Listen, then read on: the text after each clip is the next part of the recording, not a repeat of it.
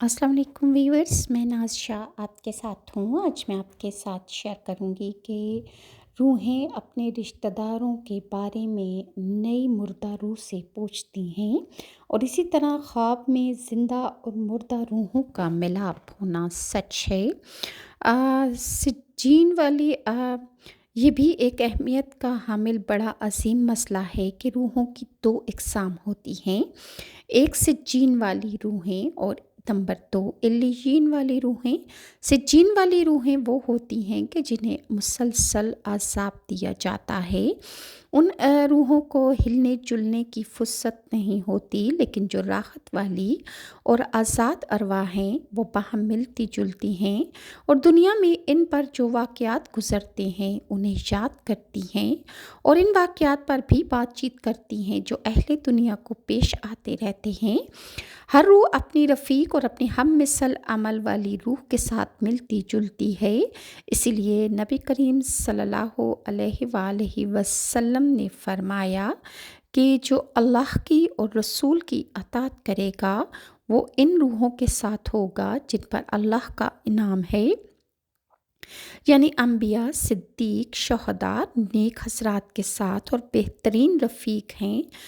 مل جل کر رہنا دنیا میں بھی پایا جاتا ہے اور عالم برزخ اور آخرت میں بھی وہ اکٹھے ہوں گے۔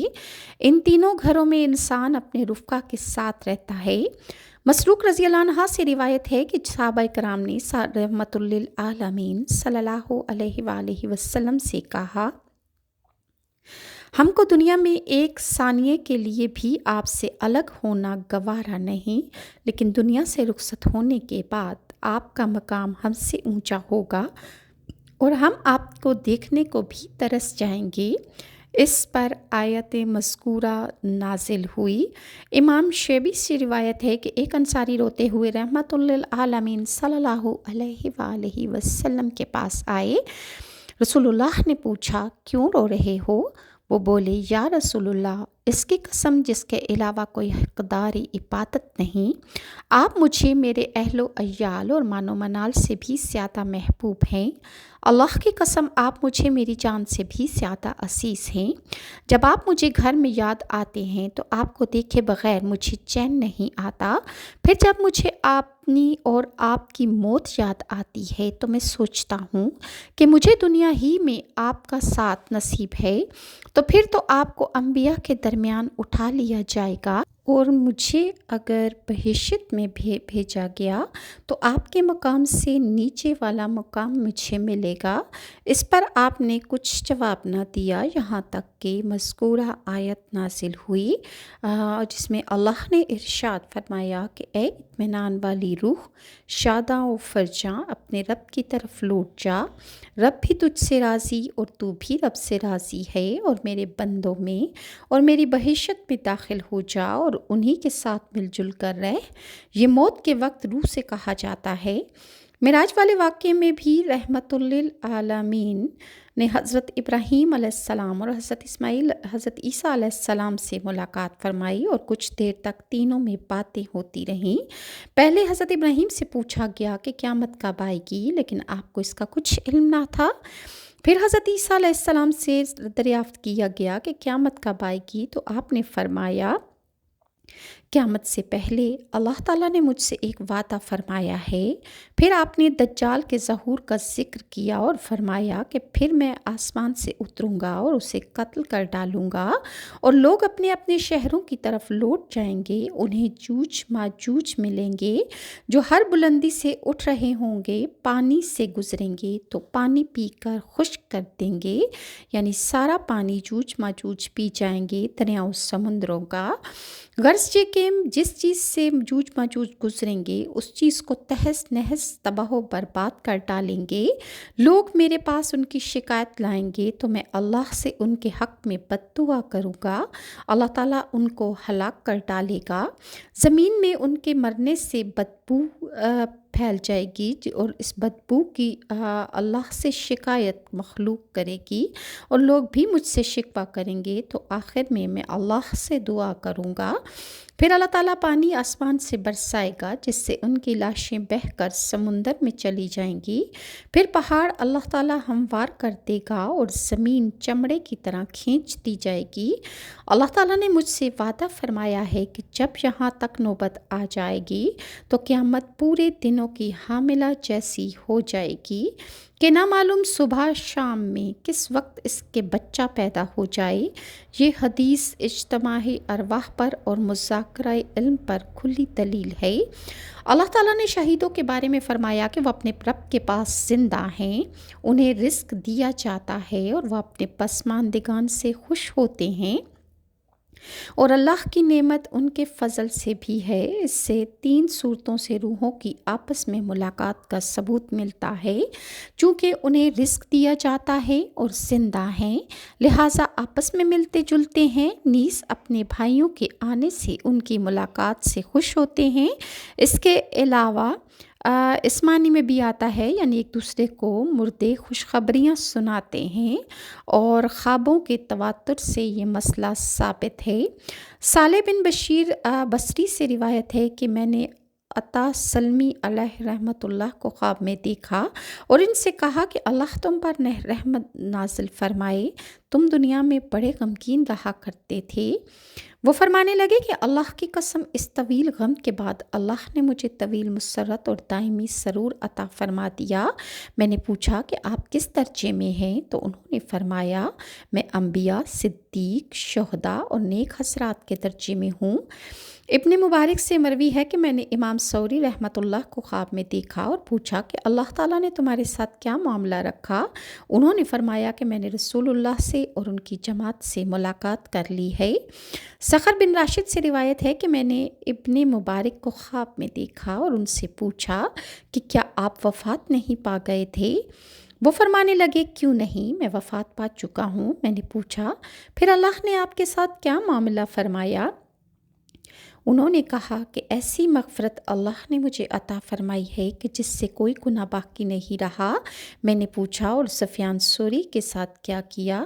تو فرمایا وہ تو انبیاء، صدیق، شہداء اور نیک حضرات کے ساتھ ہیں۔ اور عبداللہ بصری سے روایت ہے کہ میں نے خواب میں دیکھا کہ جیسے میں ایک آراستہ گھر میں داخل ہوئی، پھر ایک باغ میں گئی جو نہایت سجا ہوا تھا۔ میں نے اس میں ایک شخص کو دیکھا جو سونے کے تخت پر آرام سے ٹیک لگائے بیٹھے ہیں اور ان کے چہار جانب جام لیے ہوئے خدام کھڑے ہیں۔ میں وہاں کی زیب و زینت دیکھ کر حیران رہ گئی۔ اتنے میں کہا گیا کہ مروان مخلمی آ رہے ہیں۔ یہ سن کر وہ شخص فوراً سیدھا بیٹھ گیا۔ پھر میری آنکھ کھل گئی، میں نے دیکھا تو دروازے کے پاس سے مروان کا جنازہ گزر رہا تھا، اور صریح حدیثوں سے بھی روحوں کی آپس کی ملاقات اور تعارف کا ثبوت ملتا ہے۔ اور اسی طرح عبید بن عمیر سے روایت ہے کہ ارواح مرنے والے کی روح کو خوش آمدید کہتی ہیں اور اس سے اپنے عزیز و اقارب کی خبریں پوچھتی ہیں، جیسے کوئی پردیسی اپنے عزیزوں کے آنے جانے والوں سے ان کی خبریں اور ان کے حال احوال دریافت کرتا ہے کہ فلاں فلاں کا کیا حال ہے۔ اگر آنے والی روح کہتی ہے کہ وہ فوت ہو گیا اور ان کے پاس آیا نہیں، تو ارواح کہتی ہیں کہ اسے اس کی ماں حاویہ کے پاس پہنچا دیا گیا ہوگا۔ سعید بن مسیب سے مروی ہے کہ جب انسان فوت ہو جاتا ہے تو جیسے غائب کا استقبال کیا جاتا ہے، اسی طرح اس کا اور اس کے والد کا استقبال کرتے ہیں۔ عبید بن عمیر سے روایت کیا گیا ہے کہ اگر میں اپنے گھر والوں کی ارواح کی ملاقات سے مایوس ہوتا تو انتہائی غم کے باعث مر جاتا۔ نبی کریم صلی اللہ علیہ وآلہ وسلم نے ارشاد فرمایا کہ روح قبض کیے جانے کے بعد مومن کی روح کا اللہ کے پاس رحمت والے ملائکہ اس طرح استقبال کرتے ہیں جیسے دنیا میں خوشخبری سنائے جانے والے کا استقبال کیا جاتا ہے، اور کہتے ہیں کہ ذرا اپنے بھائی کو سانس لینے دو کیونکہ یہ سخت اضطراب میں تھے۔ پھر اس سے نام لے کے پوچھتے ہیں کہ فلاں مرد یا فلاں عورت کا کیا حال ہے، کیا فلاں عورت کی شادی ہو گئی؟ پھر جب اس سے ایسے شخص کے بارے میں پوچھتے ہیں جو اس سے پہلے انتقال کر چکا ہے، تو یہ جواب دیتا ہے کہ وہ تو مجھ سے پہلے فوت ہو چکی۔ پھر یہ ارواح انا للہ و انا الیہ راجعون پڑھ کر کہتی ہیں کہ اسے اس کی ماں حاویہ کی طرف لے جایا گیا۔ ماں بھی انتہائی بدترین ہے اور اس کی آغوش میں جانے والا بھی بدترین ہے۔ ابن عباس سے روایت ہے کہ مجھے خبر ملی ہے کہ خواب میں زندوں اور مردوں کی روحیں آپس میں ملتی ہیں اور روحیں ایک دوسرے سے پوچھتی ہیں، پھر اللہ مردوں کی روحوں کو روک لیتا ہے اور زندوں کی روح کو جانے دیتا ہے۔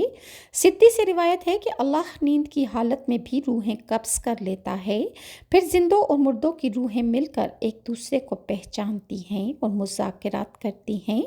پھر زندوں کی روحیں ان کے جسموں کی طرف واپس اللہ تعالیٰ کے حکم سے لوٹا دی جاتی ہیں، مگر مردوں کی روحیں جب اپنے جسموں کی طرف لوٹنے کا ارادہ رکھتی ہیں تو انہیں روک دیا جاتا ہے۔ اس آیت کا ایک مطلب تو یہ ہوا کہ جو مر چکا اس کی روح کو روک لیا جاتا ہے، اور جو زندہ ہے اس کی روح جیسے نیند میں قبض کی گئی تھی اسے واپس آنے دیا جاتا ہے۔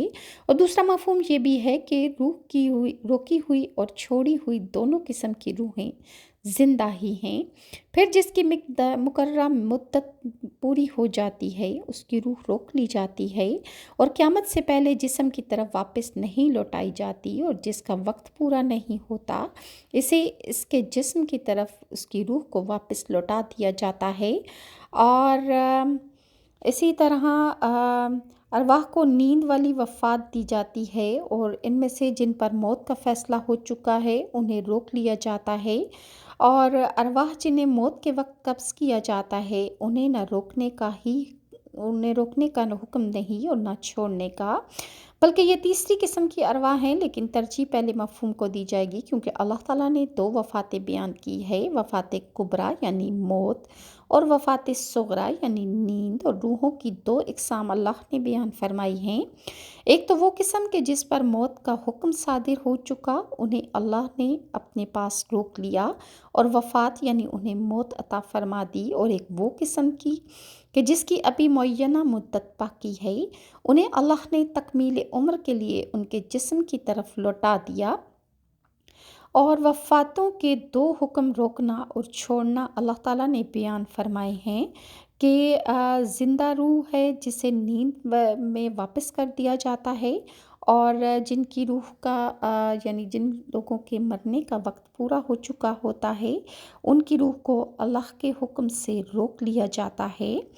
حضرت عباس بن عبد المطلب سے روایت ہے کہ میری آرزو تھی کہ میں حضرت عمر کو خواب میں دیکھوں کہ آخر آپ نے آپ کی شہادت کے قریب 1 سال بعد آپ کو خواب میں دیکھا کہ آپ کی جبین مبارک سے آپ پسینہ پوچھ رہے ہیں اور فرما رہے ہیں کہ میں اب فارغ ہوا ہوں۔ معلوم ہو رہا تھا کہ میری چھت دھماکے کے ساتھ گر جائے گی اگر مجھے انتہائی مشفق اور مہربان اللہ نہ سنبھالتا تو میں اللہ کے رحم و کرم سے بچ گیا، ورنہ میں تو یہ دیکھ کر ہلاک ہو جاتا۔ سعید بن مسیب سے روایت ہے کہ ایک دفعہ عبداللہ بن سلام اور سلمان فارسی ملاقات ہوئی اور دونوں میں یہ معاہدہ طے پایا کہ جو پہلے فوت ہوگا وہ اپنے حالات کی خبر دوسرے کو دے گا۔ دونوں نے یہ بھی کہا کہ زندوں اور مردوں کی روحوں کی ملاقات ہوتی ہے اور نیکوں کی روحیں بہشت میں ہوتی ہیں جہاں چاہتی ہیں آتی جاتی ہیں۔